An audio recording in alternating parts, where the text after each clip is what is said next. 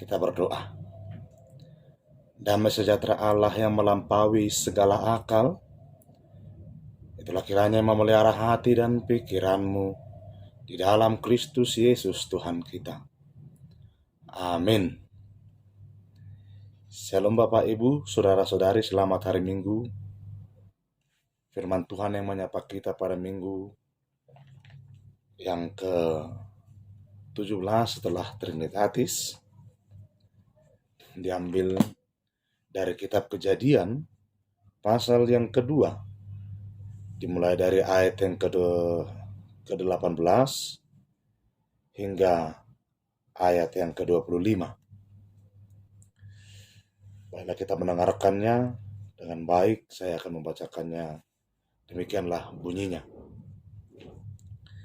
Tuhan Allah berfirman, "Tidak baik kalau manusia itu seorang diri saja.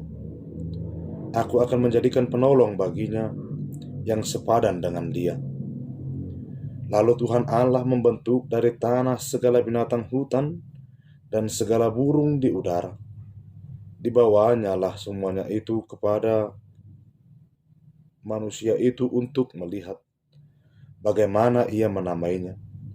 Dan seperti nama yang diberikan manusia itu kepada tiap-tiap makhluk yang hidup, demikianlah nanti nama makhluk itu. Manusia itu memberi nama kepada segala ternak, kepada burung-burung di udara, dan kepada segala binatang hutan.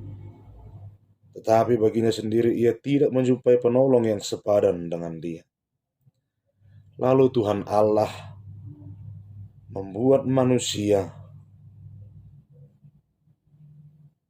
itu tidur nyenyak. Ketika ia tidur, Tuhan Allah mengambil salah satu rusuk daripadanya, lalu menutup tempat itu dengan daging. Dan dari rusuk yang diambil Tuhan Allah dari manusia itu, dibangunnya lah seorang perempuan, lalu dibawanya kepada manusia itu. Lalu berkatalah manusia itu, inilah dia, tulang dari tulangku dan daging dari dagingku. Ia akan dinamai perempuan, sebab ia diambil dari laki-laki.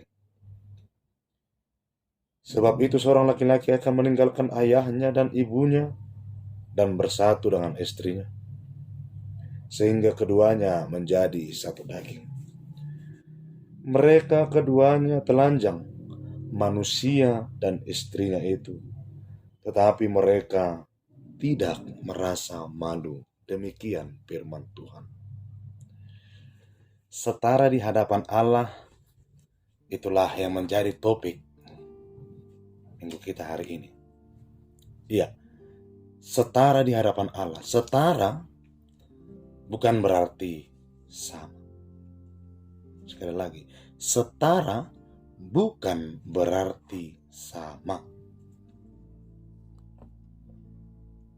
Karena sampai kapanpun, sekuat apapun usaha manusia, tidak akan pernah menemukan kesamaan. Hanya bisa mencapai titik hampir sama. Baik itu sesama manusia, apalagi laki-laki dan perempuan. Tidak akan pernah sama. Tapi ingat, setara di hadapan Allah. Nah, Bapak Ibu Saudara-saudara yang terkasih dalam Kristus Yesus,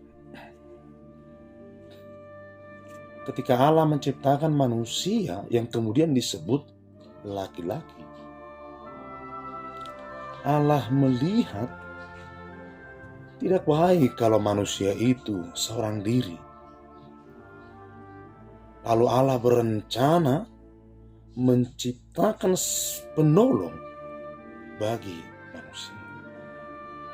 Penolong yang sepadan. bukan penolong yang bertentang. Ya, Bapak Ibu Saudara-saudara yang terkasih,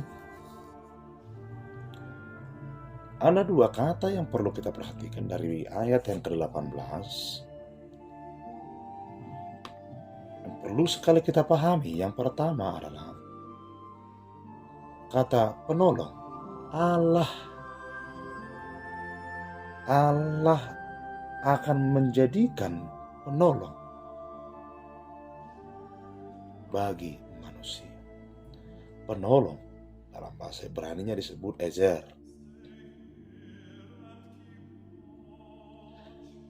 Arti kata yang sama seperti Tuhan Yesus yang menjadi penolong bagi dunia. Tuhan Yesus yang menjadi penolong bagi manusia. Demikian juga Allah akan menjadikan penolong bagi manusia. Penolong yaitu perempuan, yang ditolong itu manusia yang kemudian disebut laki-laki. Jadi Allah menciptakan perempuan untuk menolong laki-laki. Jadi stop sampai di sini. Saya mau katakan Bapak Ibu, khusus laki-laki, kita harus sadar. Laki-laki itu adalah makhluk atau ciptaan yang lemah. Laki-laki itu lemah. Jangan merasa kuat. Jangan merasa mampu. Jangan merasa hebat. Laki-laki itu hidupnya ketergantungan kepada perempuan. Tapi kalaupun hidup laki-laki ketergantungan kepada perempuan, jangan sampai laki-laki menjadi di bawah ketiak istri. Jangan laki-laki menjadi DKI. Setuju? Saya harap kita semua setuju. Laki-laki adalah makhluk lemah, tapi jangan menjadi di bawah ketiak istri. Nah, jikalau perempuan adalah penolong,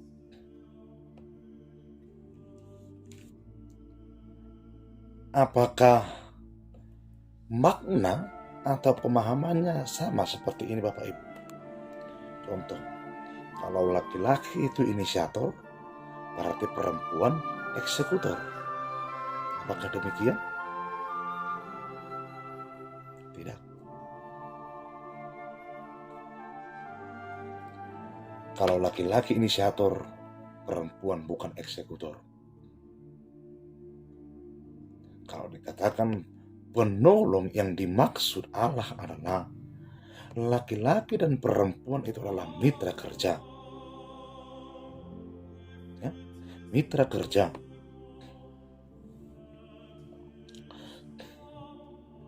Atau boleh juga dikatakan partner kerja.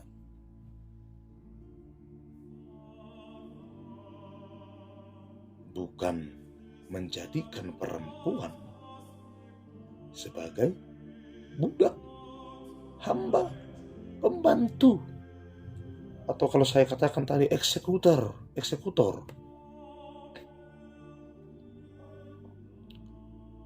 Jangan seperti itu. Allah tidak memahami seperti itu, tidak memberikan pemahaman seperti itu tentang penolong bagi manusia. Bukan menjadikan perempuan itu sebagai pembantu, tetapi mitra atau partner kerja bagi manusia.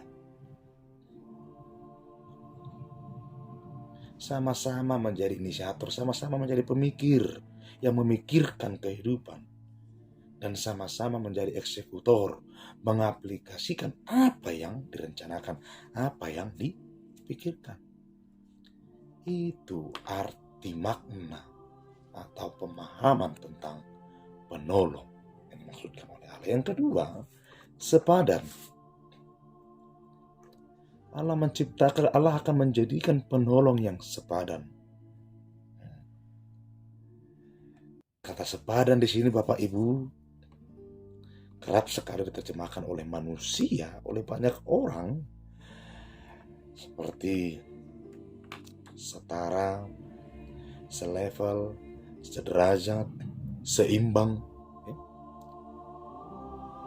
Setara tingginya, selevel pendidikannya, sederajat ekonominya, perekonomiannya, ya, seimbang berat badannya, dan lain sebagainya.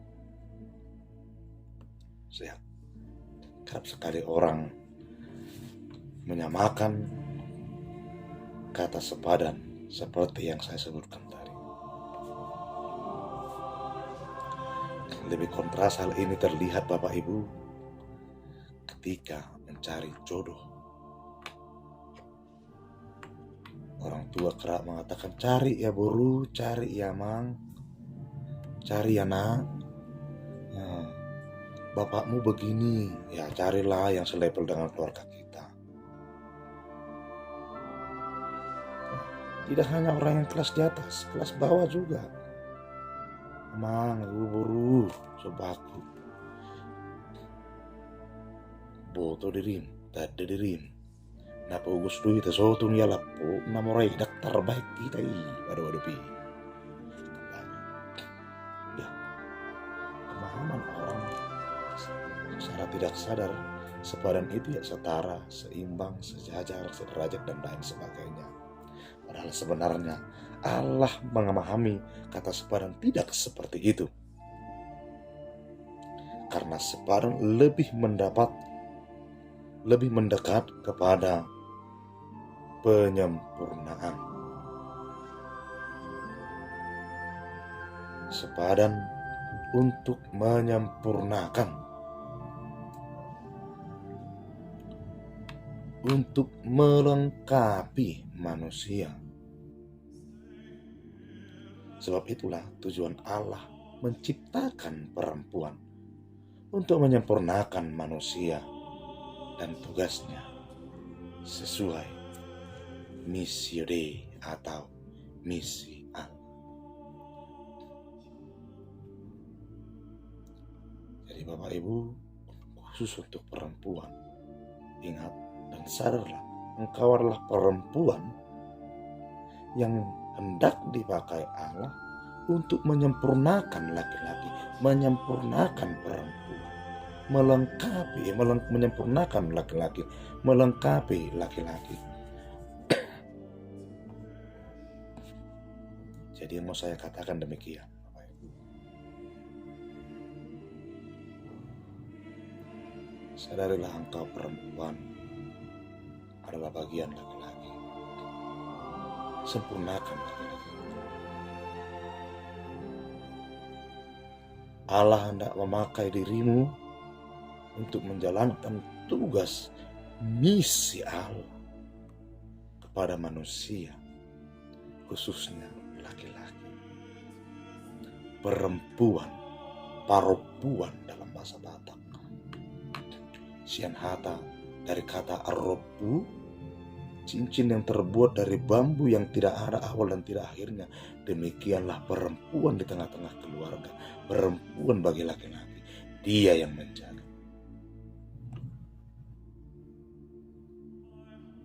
Perempuan atau apu.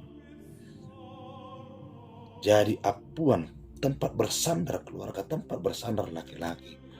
Itu adalah tugas perempuan. Jadi sangat dalam sekali makna perempuan yang harus diemban, yang harus dijalankan oleh perempuan yang diciptakan Allah menjadi penolong yang sepadan dengan manusia. Jadi kalaupun perempuan adalah penolong, bukan berarti sesuka-suka, bukan berarti semena-mena terhadap laki-laki.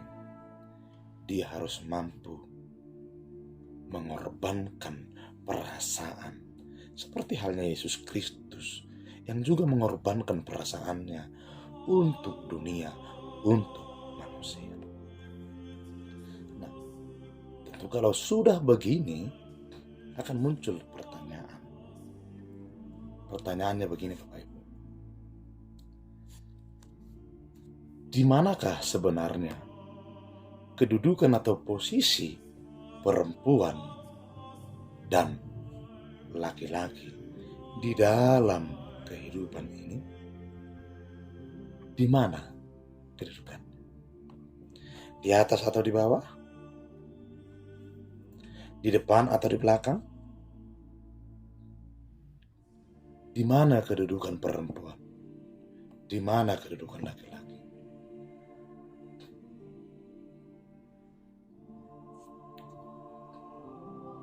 Bapak Ibu jawab sendiri dalam hati masing-masing. Jawabanmu menentukan bagaimana keluargamu. Jawabanmu menentukan bagaimana hidupmu. Seorang filsuf bernama Aurelius Agustinus mengatakan begini: wanita diciptakan dari rusuk perempuan, bukan dari kepala sehingga menjadi atasan, bukan juga dari kaki sehingga menjadi bawahan atau menjadi alas bagi kaki, melainkan dari sisinya untuk menjadi mitra, dekat pada lengannya untuk dilindungi, dan dekat di hatinya untuk dikasihi. Perempuan bukan di depan, bukan di atas,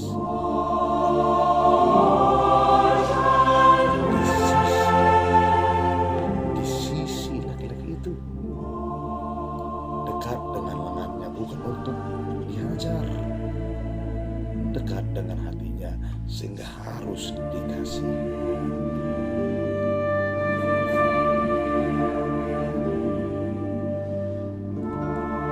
Dengan demikian Bapak Ibu,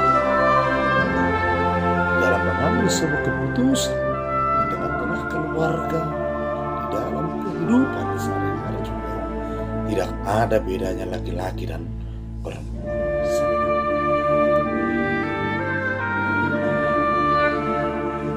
Harus saling menghormati dan saling menghargai, dan saling menghargai tentu harus sehati dan sepikir.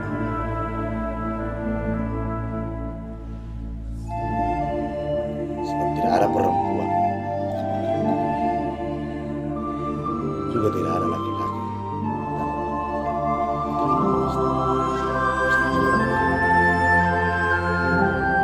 Tidak ada laki-laki, tidak ada perempuan tanpa laki-laki.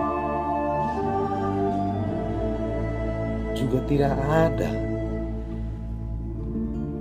laki-laki tanpa perempuan. Karena harus saling menghargai, harus saling mengikut sertakan laki-laki maupun perempuan di dalam mengambil sebuah keputusan tengah-tengah keluarga, di tengah-tengah kehidupan sehari-hari. Maka dari itu, ibu saudara-saudara yang terkasih, hiduplah saling melayani di dalam keluarga. Sebab manusia setara. Demikianlah juga kesetaraan itu digunakan oleh manusia untuk hidup takut akan Tuhan. Dengan cara apa?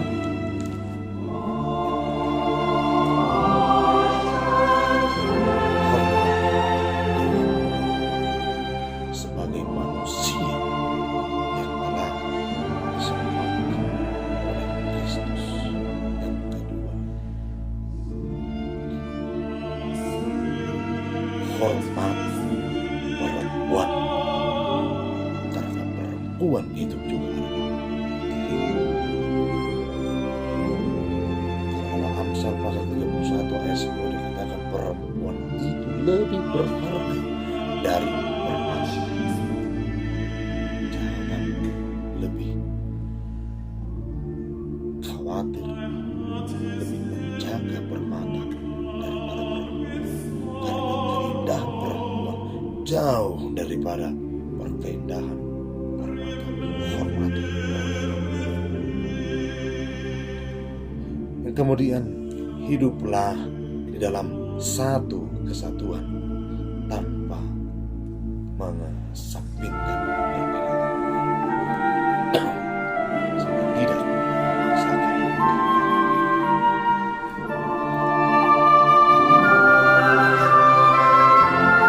Yang ketiga, yang terakhir, jangan tetapi malulah karena tidak bisa mempersatukan perbedaan. Semua itu hanya akan Tuhan. Adalah kesetaraan laki-laki dan perempuan. Takutlah akan Tuhan di dalam hidupmu sehari-hari, karena Allah mencintai yang namanya kesatuan. Karena untuk perbedaan itu Kristus hadir ke dunia kita, ke dunia ini, ke tengah-tengah kehidupan kita, sehingga tidak lagi ada Yunani, tidak ada lagi Yahudi, tidak ada lagi miskin, tidak ada lagi kaya dan lain sebagainya, tapi yang ada hidup dalam Kristus. Amin. Kita berdoa. Kami bersyukur, berterima kasih Tuhan buat kesempatan yang Tuhan berikan bagi kami. Kami boleh mendengarkan firman Tuhan. Kami boleh merenungkan firman Tuhan. Oleh karena itu Tuhan, ketika kami telah mendengarkan firman-Mu pada saat ini, ajari kami, berikan hikmat dan kebijaksanaan bagi kami untuk memahami, mengerti, dan melakukan firman-Mu di tengah-tengah kehidupan kami sehari-hari. Bapa yang baik, hidup kami setara di hadapan Tuhan, baik laki-laki dan perempuan yang Engkau ciptakan, baik yang miskin dan yang kaya, tidak ada bedanya. Semua setara di hadapan. Oleh karena itu Tuhan, biarlah kiranya kehidupan kami pakai kesetaraan kami pergunakan untuk hidup takut akan Engkau, tetap saling menghormati, tetap menciptakan persatuan di dalam perbedaan. Karena kami yakin Engkau, Tuhan Yesus Kristus, hadir ke dunia untuk mempersatukan perbedaan itu. Ya Tuhan Allah Bapa kami, biarlah kiranya firman-Mu ini Tuhan bertumbuh, berakar dalam hati kami masing-masing, serta berbuah memberi tindakan perbuatan kami yang mau peduli kepada sesama kami manusia. Ya Tuhan Allah Bapa kami, kuatkan juga kami Tuhan untuk menghadapi masa-masa sulit yang sedang kami hadapi pada saat ini, yaitu COVID-19. Oleh karena Tuhan, Engkau yang selalu menyertai kami untuk menghadapi COVID-19 ini. Demikian juga Tuhan, para pemimpin kami, para medis yang Engkau pakai untuk menyembuhkan virus dari dunia ini, virus COVID-19 dari dunia ini. Tetap sehat, tetap kuat, dan senantiasa berusaha untuk memberikan kesembuhan bagi dunia ini. Terlebih kami mohon kepadamu, dalam Yesus Kristus, bekerjalah Engkau Tuhan dalam kehidupan kami, untuk melawan COVID ini. Biarlah melalui diri kami pribadi lepas pribadi Tuhan, kami juga ikut memerangi COVID ini. Tuhan Allah Bapa kami, sempurnakan doa kami. Dalam Kristus Yesus Tuhan dan Juru Selamat kami yang hidup, kami berdoa kepada-Mu. Amin. Selamat hari Minggu Bapak Ibu. Salam sejahtera. Tuhan memberkati kita semua dalam keadaan sehat dan kuat di dalam menghadapi virus COVID-19. Horas, horas,